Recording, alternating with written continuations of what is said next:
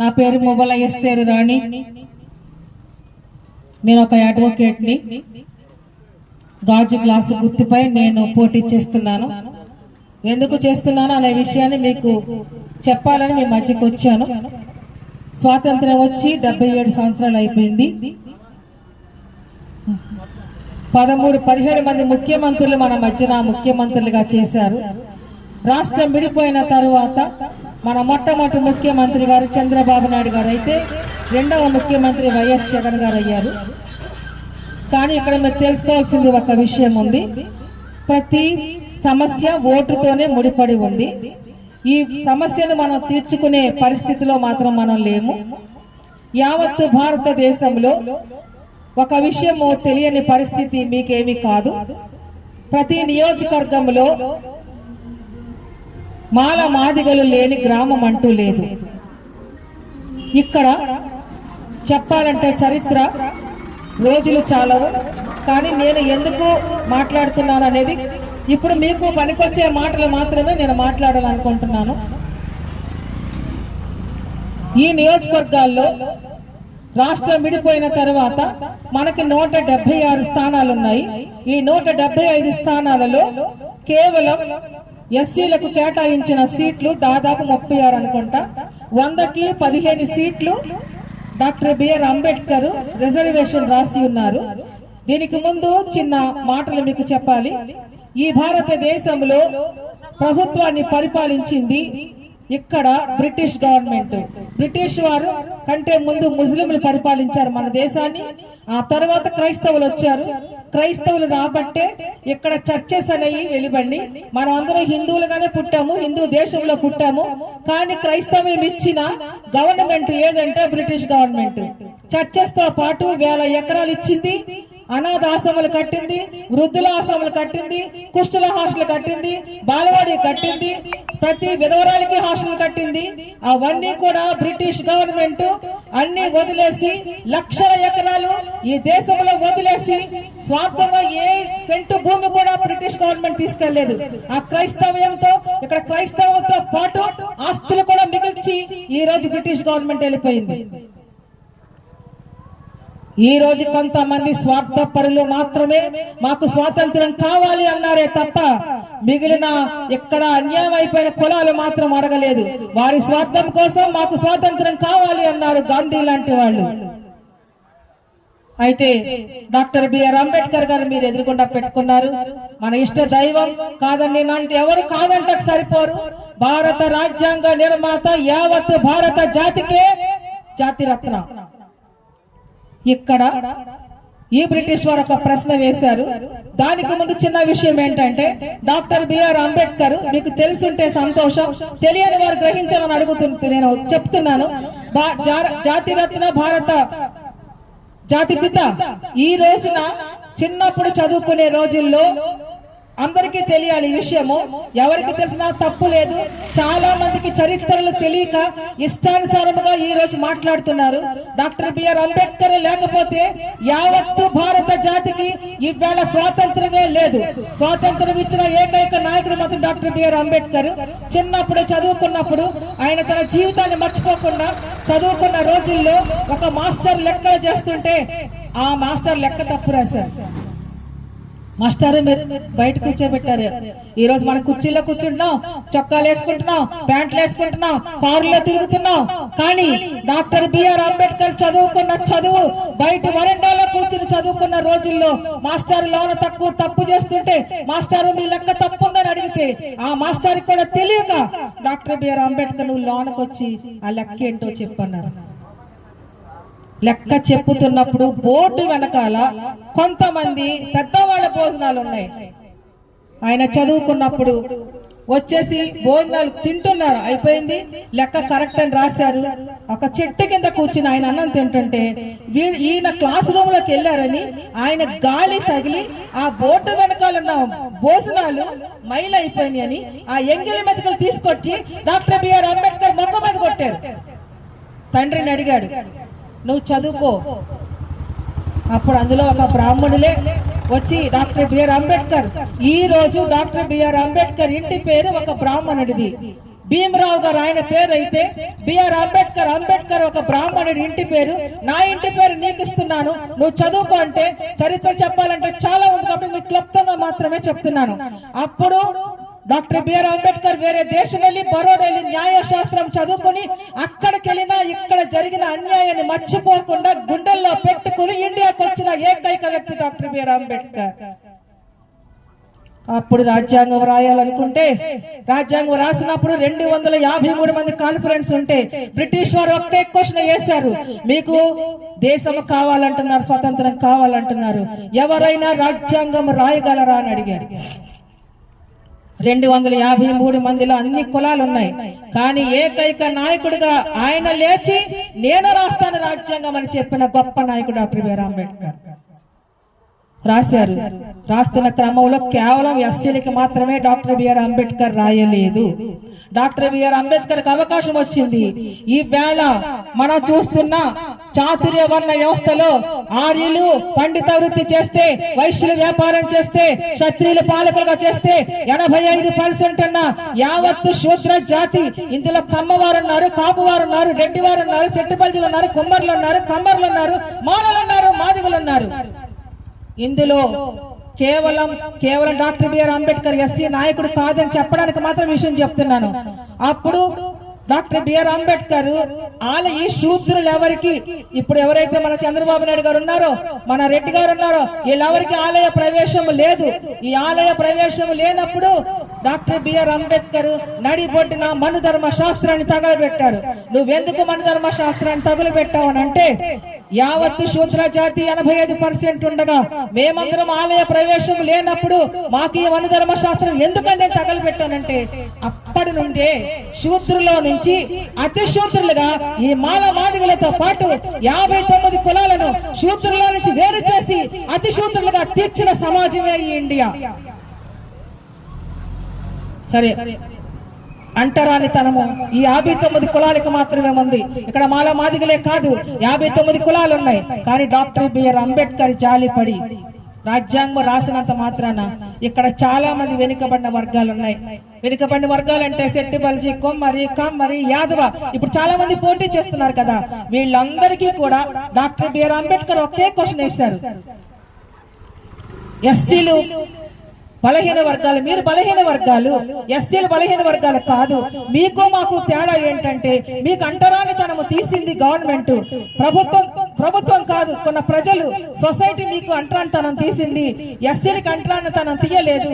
అయినప్పటికీ మీరు దయనీయమైన పరిస్థితిలో ఉన్నారు, నా చెయ్యి అందిస్తున్నాను మీరు తీసుకోండి అంటే, నువ్వు షెడ్యూల్ కులం వాడు మేము ముట్టుకోమన్నారు. అయినా సరే డాక్టర్ బిఆర్ అంబేద్కర్ జాలిపడి ఈ రోజున బీసీలందరికీ, వెనుకబడిన వర్గాలందరికీ ఈ రోజున డాక్టర్లు అవుతున్నారంటే, పోలీసులు అవుతున్నారంటే, ఆఫీసులు అవుతున్నారంటే, కలెక్టర్లు అవుతున్నారంటే ఎక్కడ ఇచ్చింది ప్రభుత్వం కాదు. రిజర్వేషన్ ఇచ్చింది బీసీలకు డాక్టర్ బిఆర్ అంబేద్కర్ మాత్రమే. విద్యాపరంగా, ఉద్యోగపరంగా డాక్టర్ బిఆర్ అంబేద్కర్ రాస్తూ ఎస్సీలకు మాత్రం రాజకీయంగా రాశారు. ఎందుకంటే పూర్తిగా అంటరానితనం ఉందన్న విషయంలో రాశారు. సరే, డాక్టర్ బిఆర్ అంబేద్కర్ ఈ రోజున ఇక్కడ వార్డు మెంబర్లు ఎస్సీలు ఉన్నారు, సర్పంచులు ఉన్నారు, జడ్పీటీసీలు ఉన్నారు, ఎమ్మెల్యేలు ఉన్నారు, ఎంపీలు ఉన్నారు.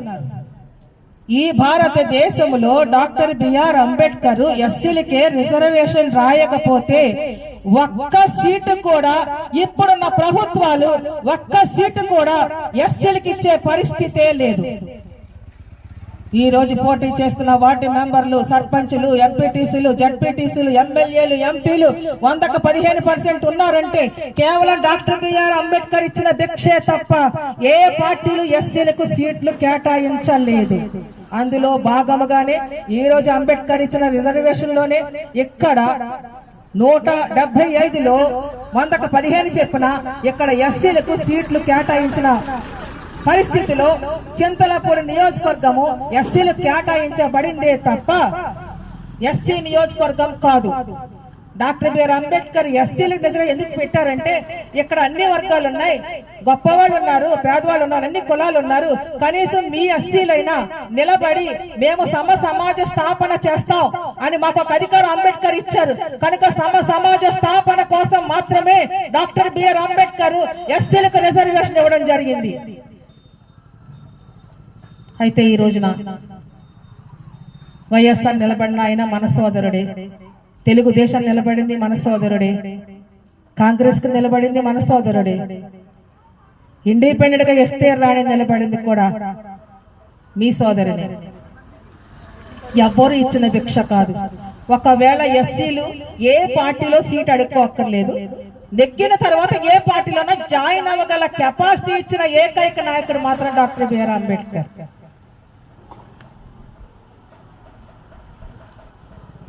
అయితే నీకు తర్వాత చెప్తాను చరిత్ర, ఇప్పుడు జరుగుతున్న చిన్న చరిత్ర మాత్రం మీకు చెప్తాను.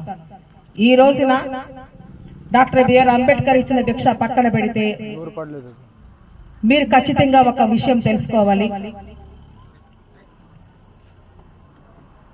రాష్ట్రం విడిపోయింది, ఈ రోజున ఎమ్మెల్యేలుగా ఉన్నారు. కాంగ్రెస్ నుంచి ఒక ఎమ్మెల్యే వచ్చారు, తెలుగుదేశం నుంచి ఒక ఎమ్మెల్యే వచ్చారు, వైఎస్ఆర్ నుంచి ఒక ఎమ్మెల్యే వచ్చారు. దీనికి ముందు మీకు ఒక విషయం చెప్తాను మేడం, మీరు ఎస్సీల గురించి మీరెంత అంటే గత 35 సంవత్సరాల నుంచి ఈ దళితుల కోసం మీకు ఎస్తేరాణి అంటే పేపర్లో తెలియకపోవచ్చు, ఎస్తేరాణి ఏం చేస్తుందో నేను ఇప్పుడు చెప్తున్నా. ఇక్కడ మాదిగల కోసం ఏం చేశానో చెప్తున్నాను. నేను కేవలం డాక్టర్ బిఆర్ అంబేద్కర్ ఆలోచన మేరకు నేను బహుజన్ సమాజ్ పార్టీలో 4 సార్లు నర్సాపూర్ డివిజన్ లో 1994లో నా పొలిటికల్ ఎంట్రీ, 4 సార్లు బహుజన్ సమాజ్ పార్టీ నుండి జనరల్ స్థానంలో మాత్రమే నేను ఎమ్మెల్యేగా పోటీ చేశాను. బాలియో గారు చనిపోయిన తర్వాత బహుజన్ సమాజ్ పార్టీ నుంచి నేను ఎంపీగా పోటీ చేశాను.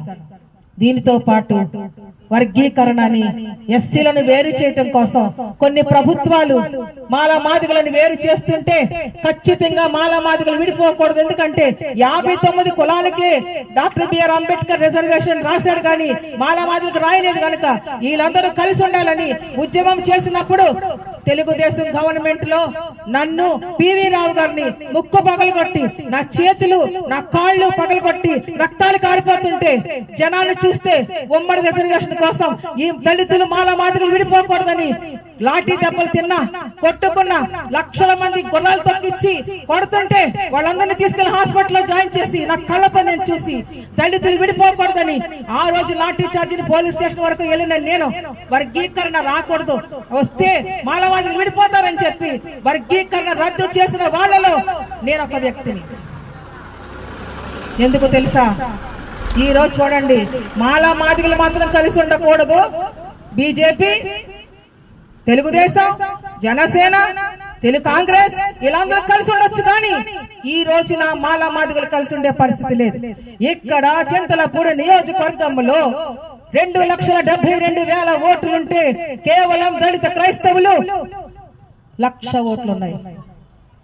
వాళ్ళ మాదిగల ఇంకోటి అని చెప్పట్లా, కేవలం మాదిగలు క్రైస్తవులు కలిపి 1,00,000 ఓట్లుంటే ఎస్టీలు 25,000 ఉంటే 2,72,000 1,25,000 తీసివేస్తే 1,40,000 మంది అన్ని కులాలు ఉన్నాయి. ఇక్కడ ఏ కులానికి న్యాయం జరిగింది? ఏ కులానికి న్యాయం జరిగింది? అన్ని కులాలలో పేదలందరూ భయంకర పరిస్థితిలో ఉన్నారు. ఇల్లు లేవు, లోన్స్ లేవు, ఎక్కడ చూసినా ఇల్లు సంఘంలోనే ఆగిపోయినాయి.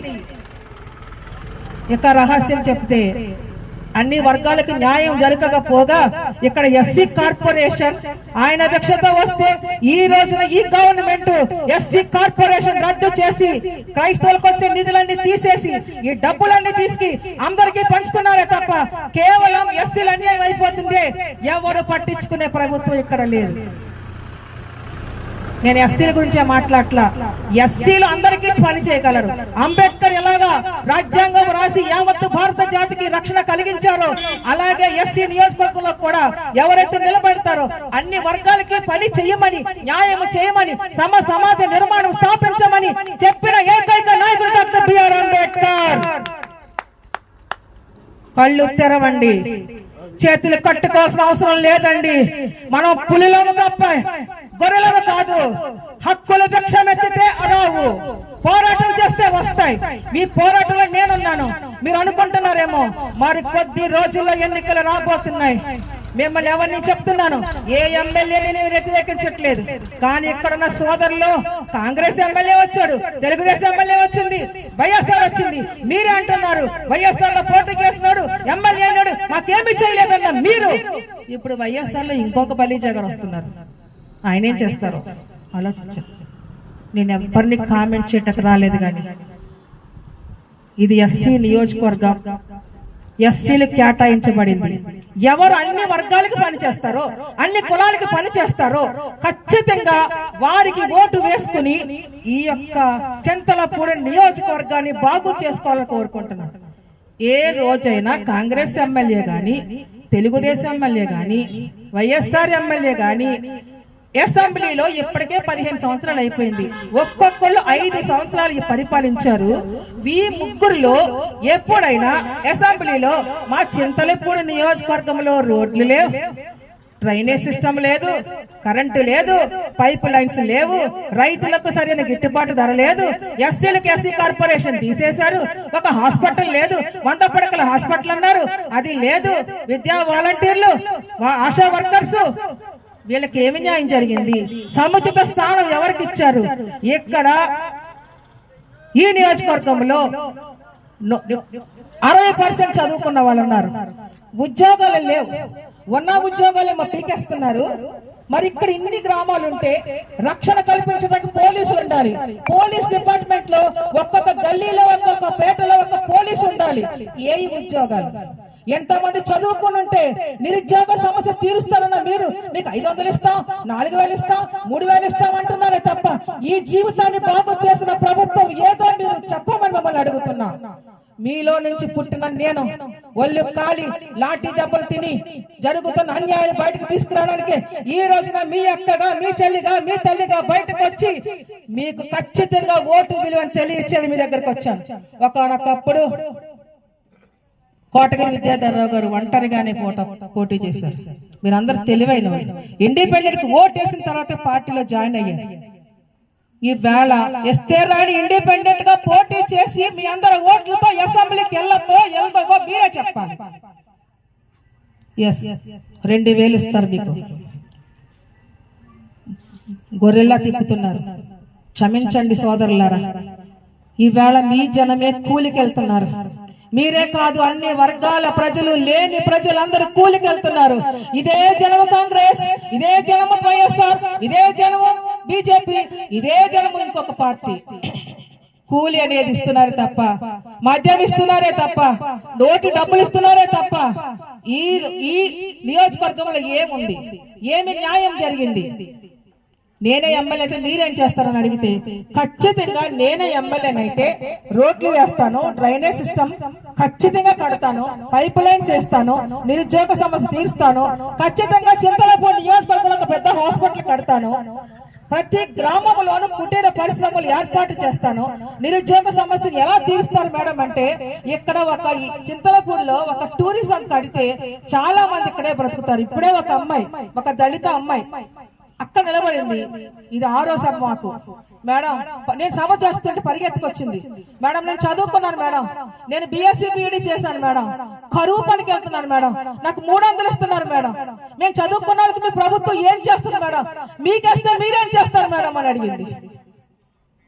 ఓటు అమ్ముకోగుతుమ్మా, ఈవేళ ఓటు అమ్ముతుంది. ఊరికినే డబ్బులు ఇవ్వట్లేదు, ఈవేళ ప్రేమతో డబ్బులు ఇవ్వట్లేదు. ఈవేళ 2000 రూపాయలు ఇస్తారమ్మా, మళ్ళీ 5000 దాకా రాదమ్మా. 5000 ఈ 2000 డివైడ్ చేస్తే రోజుకి 1 రూపాయి పడింది. ఈ 1 రూపాయి కోసం మీరే కష్టపడుతున్నారు, పేదలకు అన్నం పెడతారు, మనం ఎన్నో వండుకుంటాం, ఎంతమందికో చేస్తాం. ఈ 1 రూపాయి కోసం ఊడిగం చేసుకునే పరిస్థితి లేదు అని చెప్పడానికి మీకు వాగ్దానం చేస్తున్నాను. మీరే నన్ను ఒక ఇండిపెండెంట్ ఎమ్మెల్యేగా నన్ను నెగ్గిస్తే నేనేమి చేస్తాను మీరు చూడండి అని నేను కూడా మీలాగా ఒళ్ళు కాలి బయటకు వచ్చిన వ్యక్తి అని చెప్పినప్పుడు తెలుగు క్రైస్తవతలో ఒక మాట ఉంటుంది, వినుట వలన విశ్వాసం కలుగును, సహోదరుల ఐక్యత కలిగి ఉంటే మేలు అన్నారు. అందరూ సహోదరులే. ఇక్కడున్న కేవలం నేను ఎస్సీల కోసమే రాలేదు, ఎస్సీలతో పాటు అంబేద్కర్ చెప్పిన విధముగా అన్ని కులాలలో ఉన్న పేదలకు జరుగుతున్న అన్యాయాన్ని వెలికి తీసి వారికి న్యాయం చేయాలని లోన్స్ ఖచ్చితంగా వస్తాయి.